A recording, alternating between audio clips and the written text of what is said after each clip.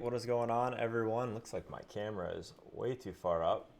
But happy to have John Proctor with us. It's been quite a while, actually. Proctor was with us, I think, like week 5, week 6, something like that. But this slate gives me a lot of positive memories, man, because I know we did a show together with your boys over at Power Hour last year in between this slate, about halfway through this slate, and basically just handed people the nuts with those swaps. Hopefully, we can kind of recreate that magic this week. How you doing, man? Yeah, dude. It feels like just as good of a slate too. This is a good one. Yeah, last week it was like trying to figure out what team to attack versus what like elite defense, or if you just want to go all in on the first game. Like we've talked a lot about the playoffs the last couple weeks actually on this channel, and it's just so frustrating to like know that the best plays are in the first game. You know what I mean? So like this week, like again, like we have a really solid first game, but I actually think there's a lot more weapons to move to than we had last week. So before we kind of jump into things, man, I just want to get your overall take on postseason. I know you're a big preseason guy. Everyone knows you for that, but underrated postseason guy in my opinion, just because of how good you are at swaps. So talk about postseason and why you like it so much. I think the big key for postseason is just the fact that each game plays by itself. So you sort of know where you stand, um, and it's kind of it has like that NBA feel to where everything is staggered and you can just make your moves if you need to. And I think the real edge is that most people just don't make moves. So the field is not making, and you want to call them like suboptimal swaps because they are Yeah, suboptimal, but the field is unwilling to make suboptimal swaps when they are behind. So if we are willing to do that, then we have the opportunity. I mean, I have won first place in playoff GPPs with a zero in my lineup, oh yeah. because you have to just make those uncomfortable switches. Yeah, man, it's that's the big thing. People aren't willing to do those uncomfortable things, and I think the reason I like these slates so much is because I actually get time to like think through things, and like maybe that's bad, maybe that's a negative in my game as far as like stuff like NBA where you have to make really quick decisions, but like in NFL, I can literally sit there and completely think out where my leverage is going to be, what kind of correlation I want, what is the story that my lineup is trying to tell as far as those swaps. So you can make swaps to low owned plays, but I think one thing that we did really well last year on that show was like we literally like told the story for if this game goes differently than what most people think, like this is how you're going to benefit the most. So I can't remember who we were pivoting away from, but getting people on Antonio Brown and Leonard Fournette was a huge difference for a lot of people that were chasing that Patriots game on this slate last year. So it's a lot of fun to do these slates, man. I think just having that much time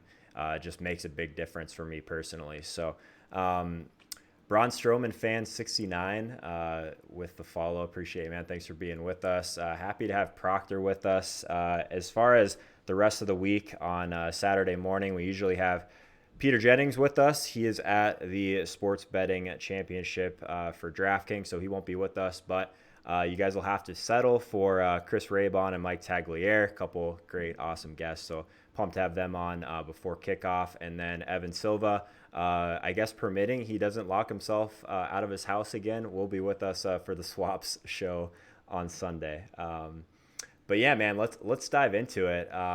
Really appreciate you kind of taking out the time to go through this with us. But it's an interesting slate, man. So I think the best way to kind of go about it is go through it kind of game by game. So the game that everyone wants to talk about is this Kansas City and Indianapolis Colts game.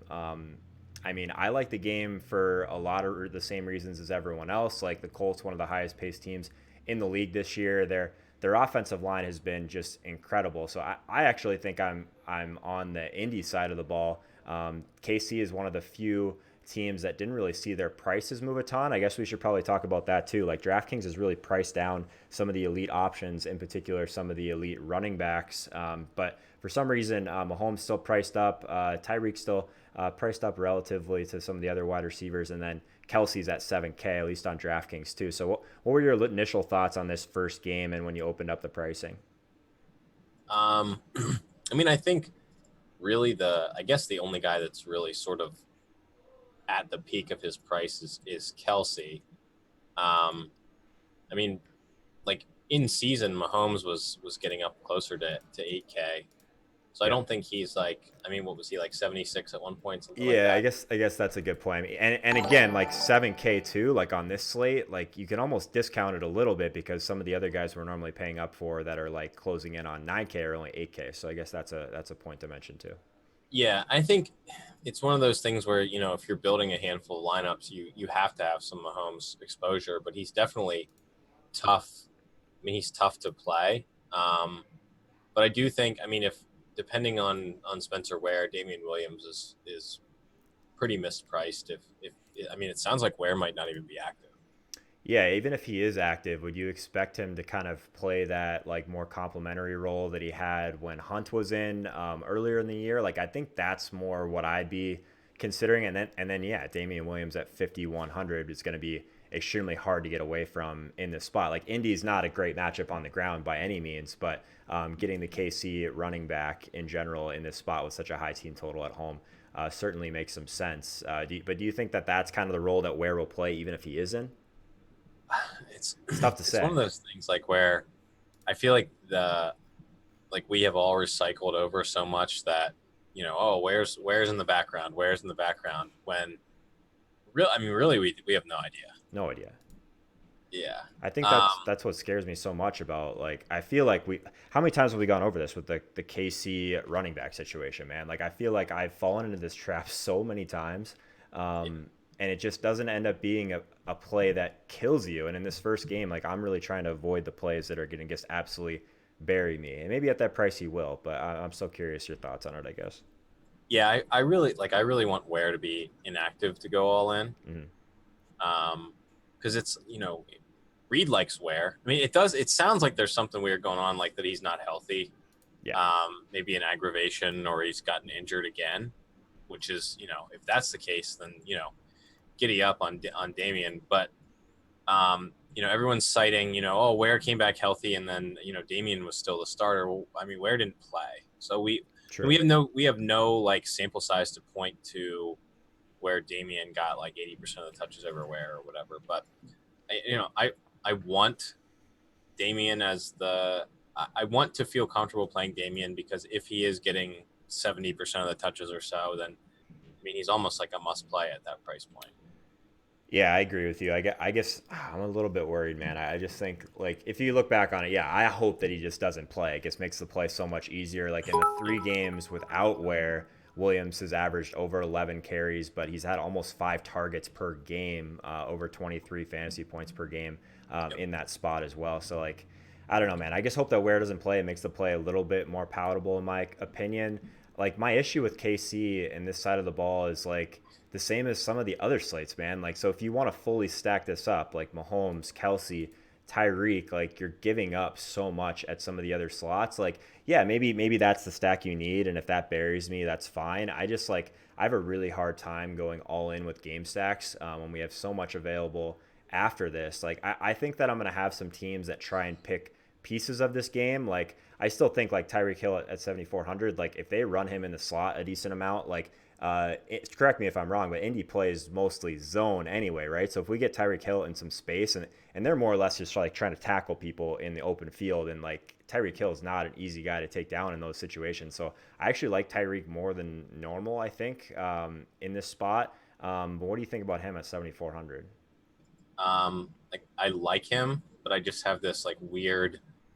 I just like don't want to pay up for wide receivers this slate. Yeah, I mean, why would you? We finally have some running backs to pay up for. You're speaking my language. But I'm more or less like trying to figure out like if I don't end up on Luck or Mahomes, if there's like a piece of this game that really stands out outside of Damian. Like it sounds like maybe that guy for you is Kelsey then.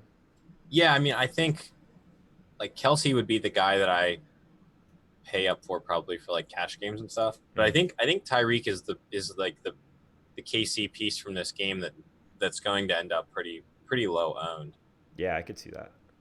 I think people will So like try and like get that upside elsewhere as the slate progresses. Like I said, it's not easy to play Tyreek, Mahomes, and then like people now that we have these running backs again on the slate, like they want to feel comfortable with at least getting one of Zeke, one of Gurley, and then I mean Kamara in the last game I think is going to be really popular as well. So it's an interesting game to kind of dissect on that spot. One thing I will say about Mahomes is like a good majority of like the big plays that he's kind of accrued this year have been kind of in these situations where he's not really scrambling, but like kind of like these plays where he gets out of the pocket a little bit and finds Tyreek down the field. Like Indy, say what you want about their defense, like pretty middle of the pack as far as like their pressure, but at least last week they did a good job of keeping Deshaun Watson in the pocket. They're very disciplined, so it's not that I think that Mahomes can't do well against Indy. Like Indy's their stats in general are probably a little bit skewed by how soft their schedule's been down the stretch. But I guess if Mahomes is more in the pocket too, that it's something I'm at least considering on that side of the ball. So what do you think about Mahomes? Like I guess let's do this as we transition to Indy. Like what do you think about Mahomes versus Luck? Because I think that that's a decision that a lot of people are going to have to make. Yeah, I mean, I think that Mahomes, you would project him to have the highest ceiling of any QB on the slate. I mean, you would project him for that every week. Yeah. But I mean, since losing Hunt, um, it's not like he's been quite as explosive as he was earlier in the season. So, Mm-hmm. but I mean, with Andy Reid, multiple weeks to prepare, it's like, undefeated and putting up fantasy production in those spots. So, It's a tough one, man. I still feel like, in general, like yeah, maybe he's the guy that you need at quarterback when scoring is like relatively clustered close together, and Mahomes is just far and away the best play. Like that's easily something I could see happening. It's just like really hard for me to pull the trigger on a quarterback in particular in the first game unless you feel really confident in a correlation. Just like the way you make your way back is with some stacks, like if you're behind. So if you get this game wrong, and even if you have a Mahomes team and parts of that lineup is wrong, I think you're way behind unless they go completely nuts. Like Luck is interesting to me just because I mean this is a matchup against KC that we've targeted quite a bit, and like if anyone's been watching my shows throughout the entire year, like I place such a large impact on pace and what happens at the line of scrimmage, and I don't think KC is really going to be able to get to Luck just with how well that this Indy offensive line has been playing. Like that said, it shapes up like as a game that we could see a decent amount of Marlon Mack in as well. I know people have been talking about Hines and a possible bounce back scenario, and then we have we have T.Y. Hilton at 6,700, which seems insanely underpriced relative to some other guys in his price range. So, what do you think about Andrew Luck in that side of the ball? I think my favorite thing to do in this is like naked Luck with KC pieces. That's Um, interesting. I don't play T.Y. Hilton outdoors, so I probably won't start this week. I mean, he's a good price, Mm, but again, if I play T.Y. Hilton, I'm going to have to sacrifice at one of those running back spots, and right. probably not going to do it. I think you know Inman's like a cheap stack with Luck. Ebron's in a good spot. The Chiefs have been horrible against tight ends all year. Um, but I mean, I don't mind at all, having, Luck in two KC pieces or Luck in one piece and a KC piece. I'm comfortable doing that at least because I think there's so much there. It's not like last week where this game is so much better than the other ones. Like the other games are good too this Yeah. week. I'm with you, man. I get nervous not pairing him with at least one piece. So I think that Inman's interesting for sure, like given his price too. Like if we want to get some of these guys in, like I mean Michael Thomas in play for sure, all these running backs, like we're gonna have to find some value. So like I'm intrigued by some of the cheaper pieces of Indy. Maybe we go back to Hines in this spot. What do you think about Hines in particular, I guess? Because like for me, it's always like opportunity cost at running back, so I struggle a little bit more than that with that. Like if I want to pay down at running back, it's probably going to be to try and get someone like James White in, but we'll talk about him. But what do you think about Hines after what he did to us last week? I guess you were kind of down on him in general compared to me last week. I think so. I'm more curious what you think about that. I liked him more as like a cash play last week. Yeah. I mean, just that was my concern really. Just his his role is not 100% secure, and like path to ceilings and TDs and stuff. And I thought he was going to be an awesome play this week, but like literally everyone is on him. Right. Like So the like, what do you really consensus is gain? bounce back. Yeah. Like I'm actually considering, and maybe this is way too far off the board, and we haven't gotten to this game yet. But like, is Rex Burkhead that much different than Naheem Hines? Like, I think the matchup is interesting. At least, like, if you go back and look at what New England tried to do against the Chargers last year, it was dump offs to White, it was dump offs to Dion Lewis, it was dump offs to Burkhead. Like, all they did was slow the running backs in that entire game. So if we see something like that again, I think Burkhead had like 7 targets or something like that. He might even had like 7 catches. So like 300 more for a guy like Burkhead at drastically lower ownership than Naheem Hines, like at least a little bit more flexibility. Yeah, I'm kind of with you, man. Like if Hines is going to be just piled on, maybe it buries me, but I don't know. I think there's better spots, definitely better positions where I'd prefer to take a shot at value. I know you're not really playing Gronk or anyone like that anymore, but so I'm kind of looking at the top end of tight end, and I kind of like the idea of going to Ebron in this spot against KC. Like that's the piece that I think that I'm the most interested in for the Indy side of the ball. But it's really tough to argue against Kelsey. Just like everything really lines up, like massive total at home. He's leading the slate in routes per run per game over the last 4. Tight end DVOA 29th as far as Indy, but like yeah, KC hasn't been that great against up against tight ends either. So what do you think about Ebron versus Kelsey if we take into consideration price? I like Ebron. I think the spot's awesome. I was concerned last week, and I sort of mentioned this in the chat, and all my subscribers told me I was an idiot. Mm-hmm. That Ebron's been a bit limited over the last like 4 or 5 weeks. Had 36 snaps this past week. I mean, he was up in the 50s, and then it just sort of has been trending down, and he's been dealing with a ton of injuries. Yeah, So there is Ebron versus Kelsey. I mean, Kelsey's a full time play, like 100% full time player. I mean, right. he's field, he's not coming off.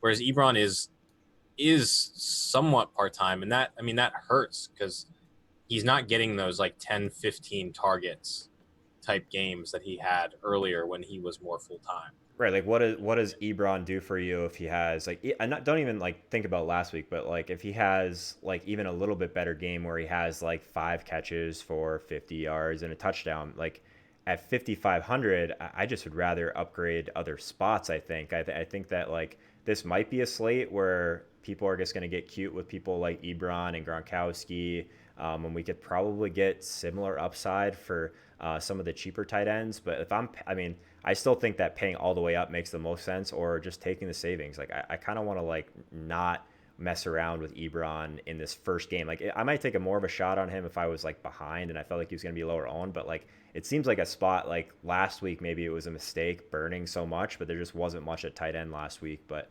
um, it's tough, man. As far as the defenses, again, like defense is one of those positions too where I would prefer to wait and try and get lower ownership on some of these spots. Like, I mean, it's not really one of the ones that I'm looking at. Anything else from this game, Proctor? That's pretty much all I got. I think that Luck is probably the guy I prefer to Mahomes just because of price and the weapons. But I like your idea of playing Luck and kind of bringing it back with some KC pieces for savings. That's interesting. Yeah, I mean, I think that's about it. I mean, if Sammy's healthy, he's a really good play, but not sure we're going to know that until just about game time.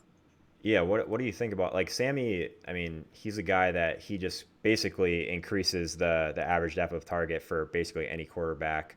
So I think that that's an interesting spot. I don't think that, like I said, I think that Indy does a really good job of being patient and keeping guys in the pocket. So maybe if there's time for him to get downfield and they kind of see Tyreek gain a little bit more attention, that's at least an interesting spot. What's his price? He's like 4,500 or something like that.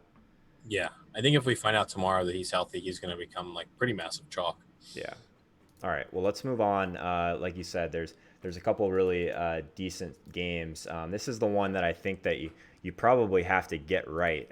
So as far as the running back situation, so what are your thoughts on Zeke versus Gurley? I guess A lot of people will tell you you can't play both. You guys know I'm definitely on the other side of that. I think that you can make lineups with both. Both of these guys are game script independent. Both of them are priced down.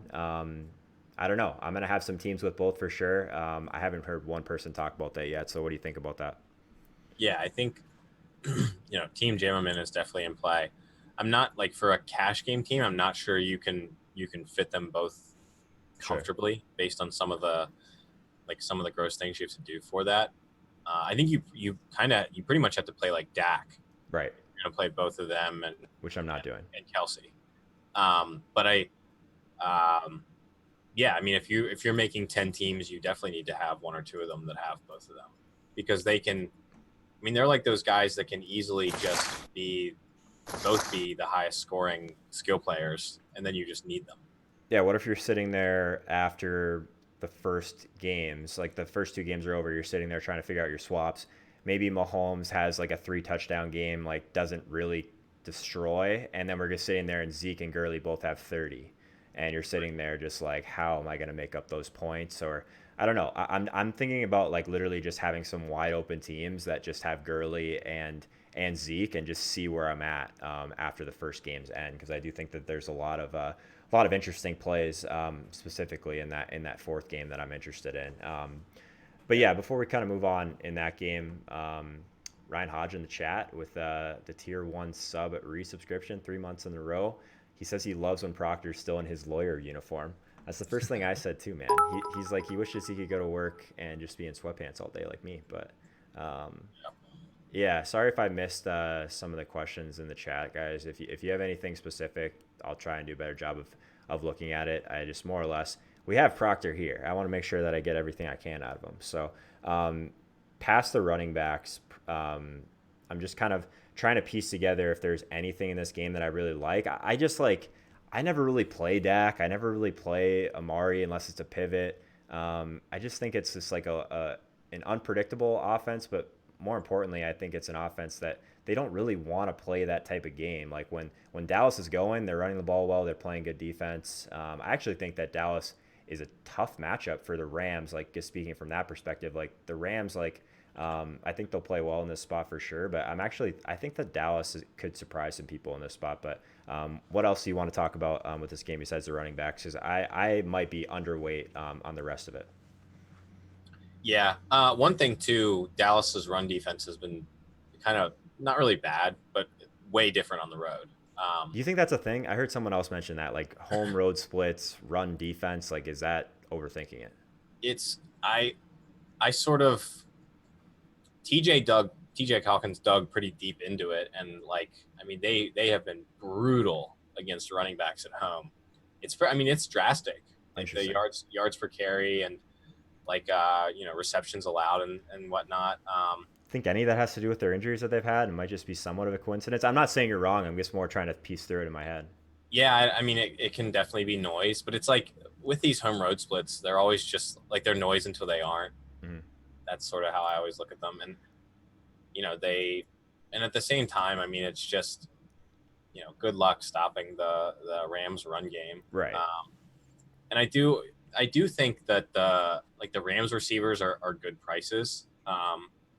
I mean, they're like I would be looking at those guys probably before I look at Hilton. I mean, the odds that one of the Rams doesn't go for like, you know, 80 yards and a touchdown. I mean, one of these receivers is going to. So I feel like you want to have some one-off exposure to them. But I'm with you. I don't really play the Cowboys receiving options. Yeah. I mean, I mean, if we're talking pivots, like this is only the second game, so unless you completely got the first game wrong, I'm with you. I think that some one-off plays with Woods or Cooks, like these guys are really underpriced relative to where they have kind of been at points this year. I do think that the Rams have been a totally different team without Cooper Kupp, so Goff isn't really a guy that I'm considering in this spot.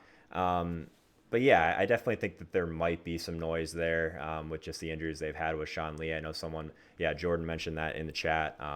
It's interesting, man. Like this game and the third game, just like I feel like it's going to test kind of who's got the strong hands to wait it out. Because I think that this game's fine. There's some pieces that I think are interesting, like Cooks and Woods, like you mentioned, like Everett. I think is definitely one of the top pay down tight ends for sure.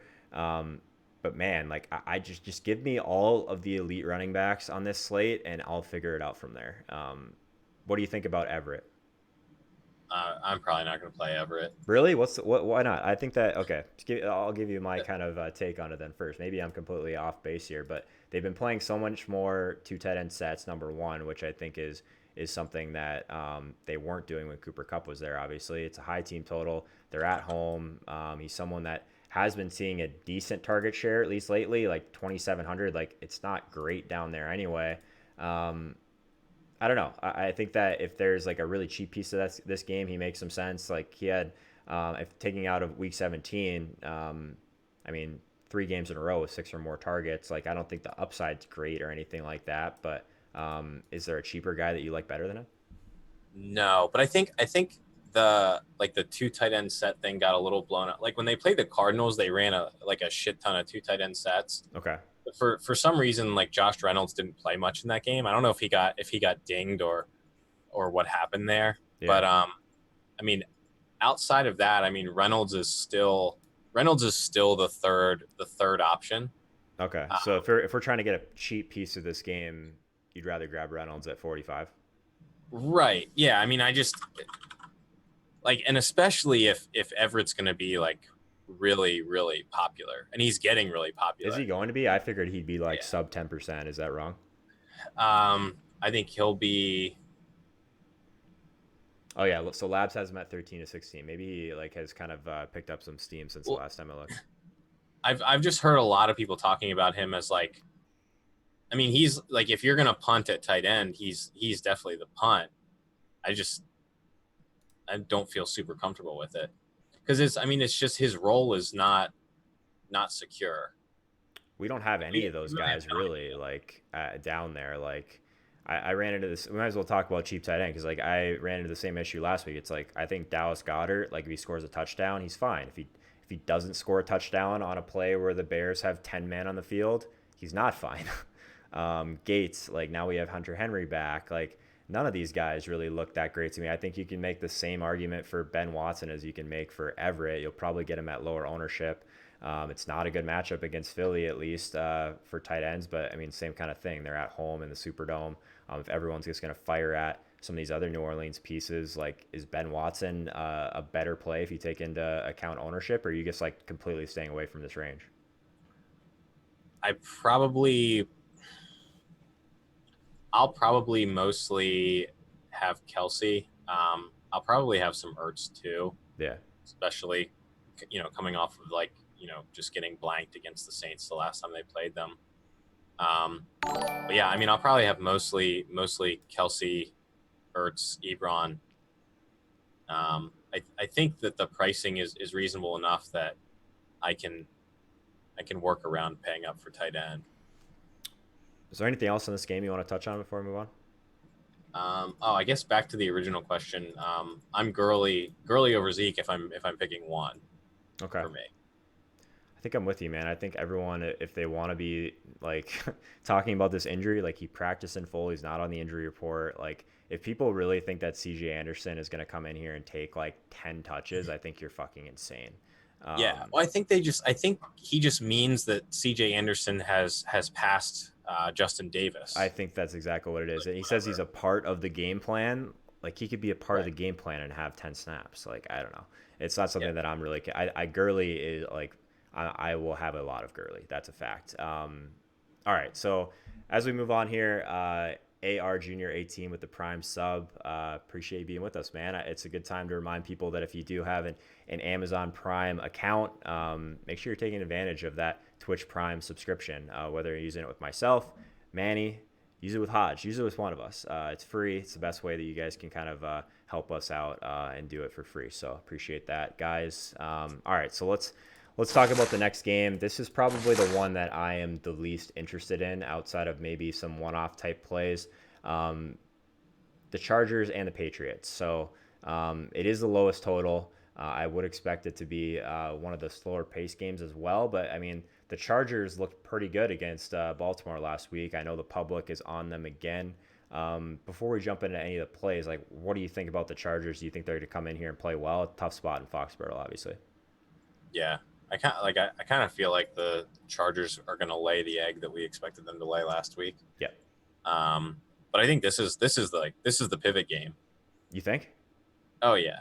I mean, But everyone has decided how this game's going to play out, right? It's either it's a James White game. They're going to dump off to the RBs and they're going to run Sony Michel 25 times. Well, you know, maybe the Chargers just come in and run the shit out of the ball against the Patriots. could happen. Just kind of Right. flip the game script there. Yeah. I mean, this is the game where once we know sort of where the ownership is, you can make some pivots off of this one because everyone seems to have decided. And I think the, Pats winning Sony Michel Patriots defense thing is getting a little more steam, but if I he don't ends want to up play not Sony being Michel. popular, I'll say that right now. I don't want to yeah, play Sony Michel. I think he's just a pivot guy. Yeah. It's like, okay, I had a Mac team or two Mac teams. I can't remember what it was last week. Like, did I want to play Mac? Absolutely not. If Michelle burns me in the exact same way, I still feel like that's more often than not right. And I think it's even more right on a slate where we do have some elite backs we can go to, or at least backs that we know are going to be used in the passing game. Like if Sony Michelle buries me with 2 touchdowns and hits the bonus, has like 110 yards, I think I can live with that. But what I can't live with is playing Michelle and getting 12 points and burning one of those running back slots. So that's kind of where I'm at with that. I'm kind of toying around with the idea of seeing what lineups would look like with Burkhead instead of White, just because you do get an insane discount, price discount and ownership discount. If we can project, if people want to play Hines, I think that it's at least interesting to think about playing Burkhead. Am I totally off the rails with that? No, and I think I've been trying to look into it more. I know there had been some mentions of a James White injury that they were sort of resting him the last few weeks. So I'm just wondering sort of where he's at. But I mean, Burkhead was involved the last 2 weeks. Yeah. And there's also the chance that like each of these dudes gets, 30% of the work and then they all suck. And it just doesn't matter. Yeah, that would be the worst. So if you think this is the pivot game, then I mean, there's a couple plays I guess that you can make an argument for in the passing game. Like Edelman's going to be popular. Which like what direction how do you see this being the pivot game? I guess which direction would you be going? Probably like, shootout wise. I mean, Okay. People seem to think this is like, this is the shit game.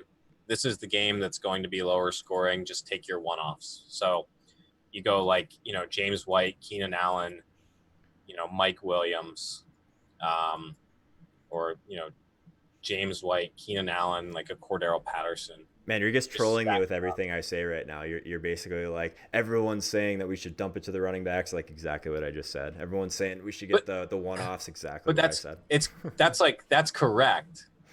But the thing is that it's that everyone understands that that's how this game should play out. No, I get it, man. That's why I love having you on, because I know you always want to kind of think differently in that way. So it's super valuable to hear your kind of take on that. But I think that's how this game plays out. And just like last year, like we didn't really think that Fournette was going to crush and Brown was going to be the highest scoring player on the slate. Yeah. But no one did. True. That's why it worked. And this one, so let's say this. So you think this game is a lot different than last week when it was Baltimore and the Chargers in the same third game slot that no one wanted to play?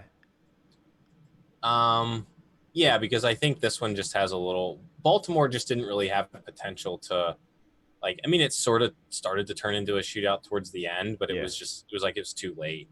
Sure. Whereas, I mean, I think Brady still has. I mean, he hasn't been great, but I think he has enough left in the tank that, we could see. I mean, this game could have 50, 60 points scored, and I wouldn't be super shocked. I mean, I would be surprised, but I wouldn't be super shocked. Does it concern you at all that how run heavy New England's been, if we're kind of going to flip the game script on that? Yeah, man, like Brady's 200 more than Foles, like 100 more than Goff. Like I'm kind of trying to piece together how I would go about making a team like this. So if I'm way behind, or I have a lot of exposure to this game number 4, and I pivoted some of those to like a Brady type stack. Which kind of outside pieces do you think you prefer with Brady in like a pivot situation? I think it's Edelman, Hogan, Patterson. I've seen some discussion of Dorsett. He really only played last week because Patterson was injured. So I mean, Patterson. So similar to like if you believe that Burkhead is even somewhat in play, like maybe some of those targets just go to Patterson, right? I mean, he could easily break a big one at 3,500. Like I would much rather pay down at wide receiver than at running back, that's for sure. So maybe I'll have to look at that one a little bit more. yeah, or I mean, or you get super weird and you do Brady, Burkhead, and White.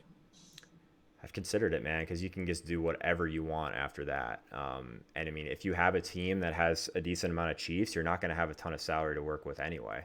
Um, so I think that that's interesting. All right, Yeah, man. but again, I don't think this is like the likely scenario for how this game turns out. I think you're probably right. I think the Patriots probably run it a ton, and this game probably sucks, but it has more potential, I think, than Well, it's a game that we really have to talk about because this is probably the game where we're going to have to make a lot of decisions about as far as late swaps. So I think like going through this game a little bit deeper is interesting because, like you said, like this is going to be where we have to make a call.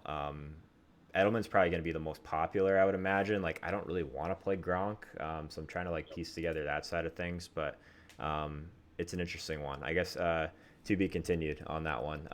So the last game. Philly and the Saints, this is the game that I want all of, basically. So if, I will definitely have some wide open teams going into this game, just hoping that this game goes nuts and it ends up being lower owned than it should be, with people getting impatient. That's almost always my strategy in the postseason, is because I think people get impatient. So what was your first thought when you saw this game as game number 4? I was extremely pumped that it was the last one. yeah. I thought it was when I saw that Breeze was priced right below Mahomes. I was like, man, Even everyone's better. gonna scroll right by him. Yep, even better. Yeah, yeah. So I mean, and I think the best part about Breeze right now is that this recency bias on him for those three.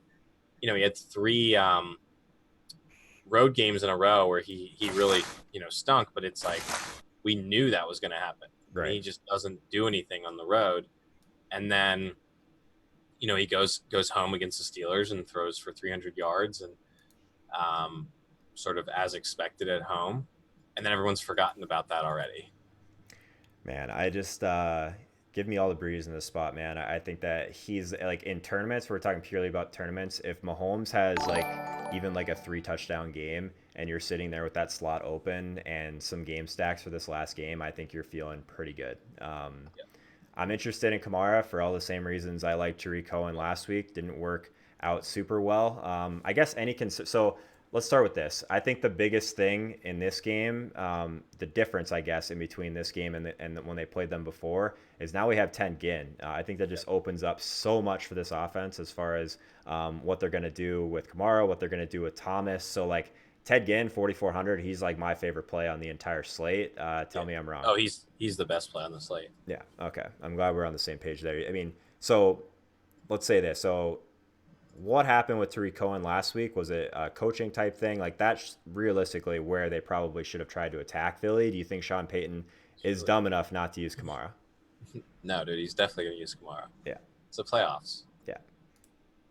I I'm with mean, you. like this is like Sean Payton under the bright lights at home against a defense that gets beat deep and beat by running backs in the receiving game. I mean, Right. It's um, perfect. Kamara, when they played the Eagles the last time, they just like blew them out. So they didn't even need Kamara. But Right. he has one target and it's a 37-yard touchdown. I mean, like this team just gets shredded by receiving backs. Right. So I don't know what happened with Cohen. I mean, he was on the field a lot, but I don't know. Yeah, I could have used even like the 50th percentile outcome from Cohen. That would have been great. So I guess like getting that 900 discount from Zeke, like 700 discount, or sorry, 700, yeah, 700 from Gurley. Like it's a pretty big discount, and I think that like I mean Gurley and Zeke are still going to be more popular than Kamara, right? I think goes as the weekend goes on, I think Kamara is going to get a little more popular once people start to realize um, how sort of easy like the Gurley Damian Kamara or Zeke Damian Kamara, like that Right. is a pretty easy start, and you can make a decent lineup around that. Hmm. Um, but I think James White's going to get really, really popular. Actually, I was hoping he'd be a little bit more sneaky, but you're probably right, man. Like people are gonna like they're gonna try and build a lineup with some of these Yeah, running backs and realize that they can't do it and play Chiefs guys, and they're gonna try and punt one of the spots. yeah, oh yeah, and like you know the Breeze Ginn Kamara stack gives you a lot of room to play other plays. I think Michael Thomas is a good play too, but I just think for the price, I'd rather play Ginn. Yeah, I mean, I'm sure I'll have, I mean, if I'm running 10 teams, I'll have some shares of Michael Thomas, I would imagine. But like, I think I want to get access to him through Breeze and just pay up. Would you rather have Michael Thomas or Kelsey? I think at the opportunity cost of tight end, I would much rather have Kelsey and just play Breeze without Thomas. That's at least kind of where I'm at with that. By the way, guys, I will go through some of the questions after we finish kind of going through the games. I just wanted to make sure we kind of got through that first. So yeah, I mean, I think that there's a lot of great plays on the New Orleans side. On the Philly side, I don't feel that comfortable with Aguilar or Tate. I guess I'll kick that to you. Like, is there one of those guys that stands out to you? Because I would love to play one of these cheaper Philly guys. I'm just trying to figure out who it's going to be. I, I mean, I liked seeing what they did with Tate last week, Yeah. and they definitely used Tate to attack the Bears' backup slot corner, and we are going to see. I mean, it's sort of a similar situation with the slot corner for um, the Saints being their worst corner. Hmm. But at the same time, like we've seen them just go away from Tate as Right. well. So he's a scary guy to play, but I would probably prefer him to Aguilar. I mean, mainly because I just think he's a better player. Yeah, I mean, they're similar, right? So let me see this. Let me say this. You probably can't play both of them together, right? Because one guy it has probably the potential to have that type of usage, and the other guy would see a decrease. Like I'm trying to figure out like if there's two guys you can play together, like you probably can't play them together, right? Yeah, I don't think so. Because I mean, what you want are those slot routes. Right. And if one of them, you know, they're not just gonna like run them both out half and half out of the slot, and then you get big games out of both of them. Mm. I don't really see that happening. And it looks like I'm trying to find. Looks like Tate had all eight targets came out of the slot last week, and I don't think Aguilar. Let's see, he had 3 targets from the Right. slot, so it was definitely more Tate in the slot. But I mean, Aguilar getting a lot of Eli Apple. I don't know. I don't like Aguilar when he's not like 100% slot. Yeah, that makes sense. So Jeffrey, he's questionable. He's going to be okay though, right? Yeah, I think Okay. he's fine. Because one thing I will say about Foles is like he's done a pretty good job this year of actually like taking advantage of one-on-one coverage or Yep. single coverage, and I think that I mean yeah, Lattimore is going to be on him, but I think he's still going to throw it to Jeffrey and let Jeffrey make plays. So if there's a guy in this game that in the mid range, I think he makes some sense. He's like a weird price play, right? Like 5,800 feels like such a weird range to me. Like any team that I built. I think I still prefer the Rams guys in that range, but I think a lot of people probably feel that way. So like as a leverage play off of the Rams, are you interested in Jeffrey at all? Yeah. Um, I built a. I was messing around earlier, and I built like a Breeze, Ginn, Kamara, Alshon team Hmm.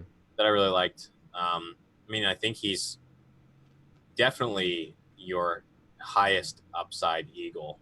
I think in this spot. I mean, the Saints have given up some huge games to wide receivers, even even against Lattimore. Yeah, And if anyone's gonna get one on one jump balls over Lattimore, you know, Alshon's a big dude. Yeah, and Alan Phillips in the chat was asking if Lattimore shadows. I believe he'll be shadowing, right? They've Yeah, gone back and forth on that with Apple, but I think he'll shadow him. yeah. All right, so I think there's maybe a couple other plays, but I'm curious what your thoughts are on Ertz. Like 5,700 for like if he was a wide receiver, I think I'd be super interested in his target share at the very least. In the last game, like so, it sounds like you prefer going to Jeffrey over Ertz, but you also sound like you're pretty much all in on Kelsey. So how are you handling Ertz in this last game? Um, I I love the price point. I mean, it's scary that the Saints shut him down last time, but at the same time, it was just a horrible game. I mean, the Eagles were like dead on arrival. Um, and I mean, a tight end who's gonna I would probably prefer Ertz to Ebron, knowing that he will be half the ownership probably. Yeah, that's kind of where like if you're picking between one of those guys, like and they're as even somewhat close, the tiebreaker is always just going to be PMR for me.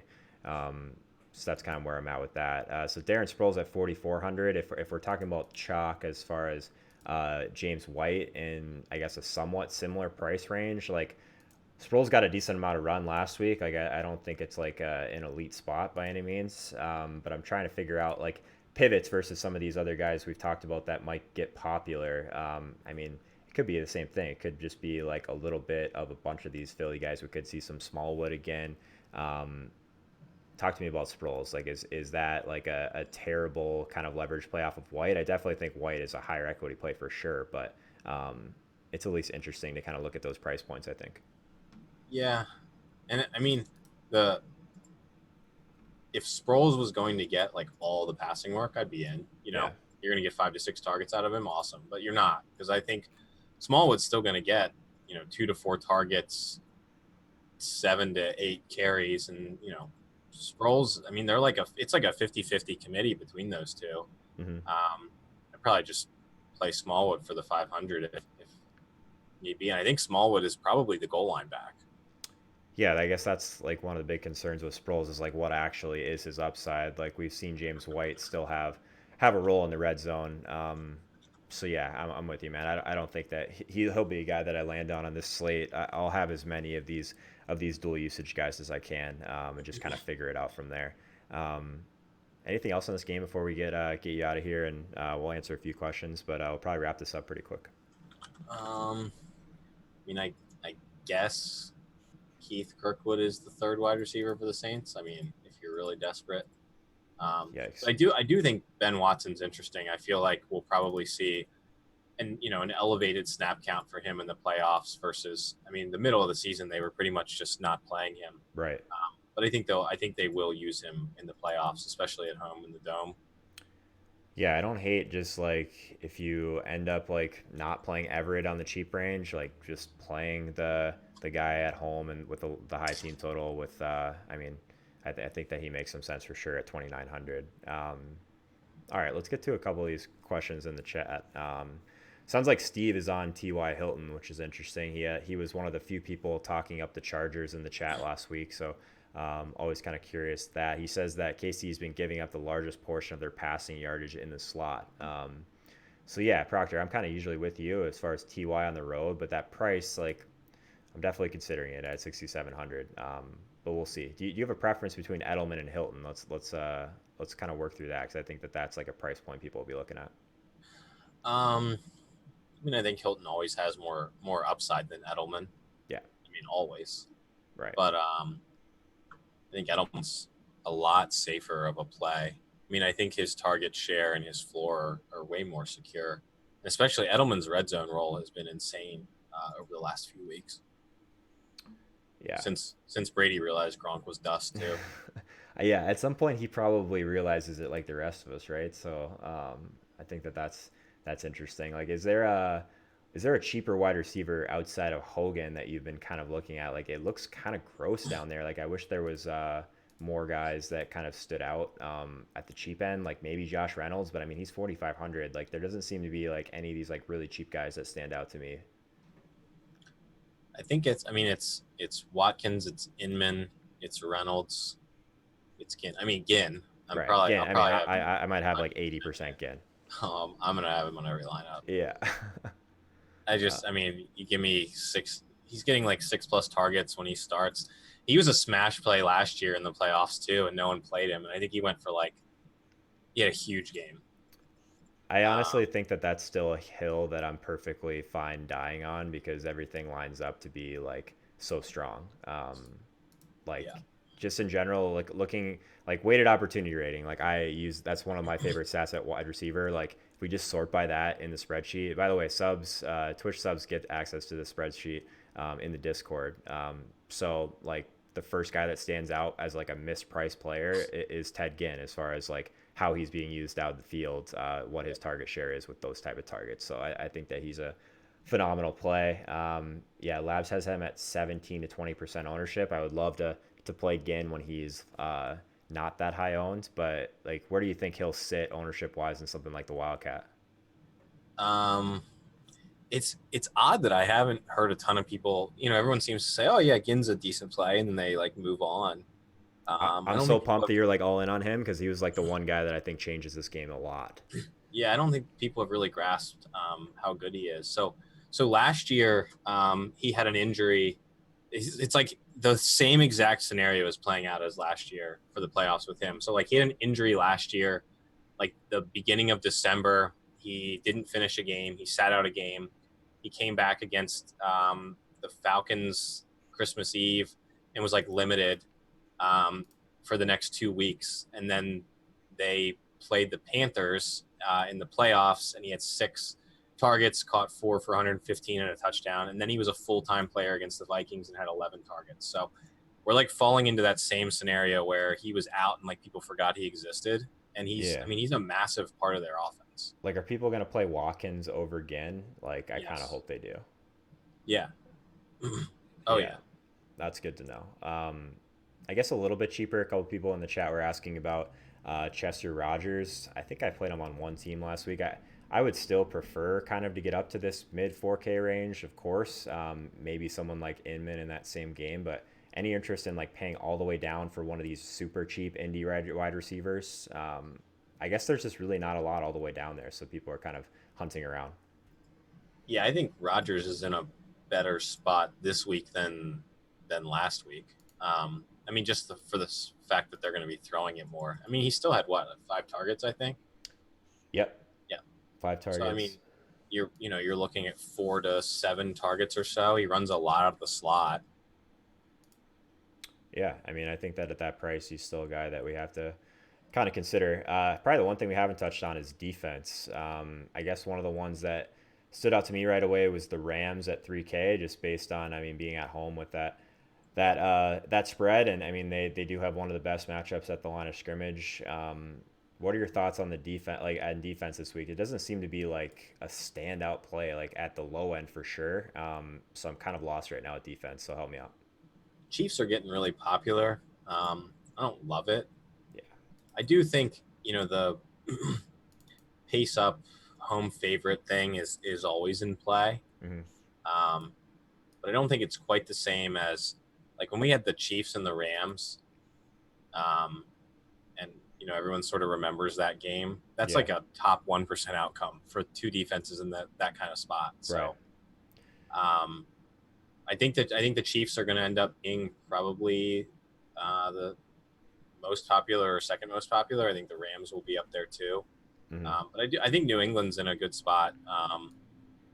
At home, Chargers traveling across the country for an early game again, and like Yeah. like we both said that if this game goes how we expect it to, New England probably controls it.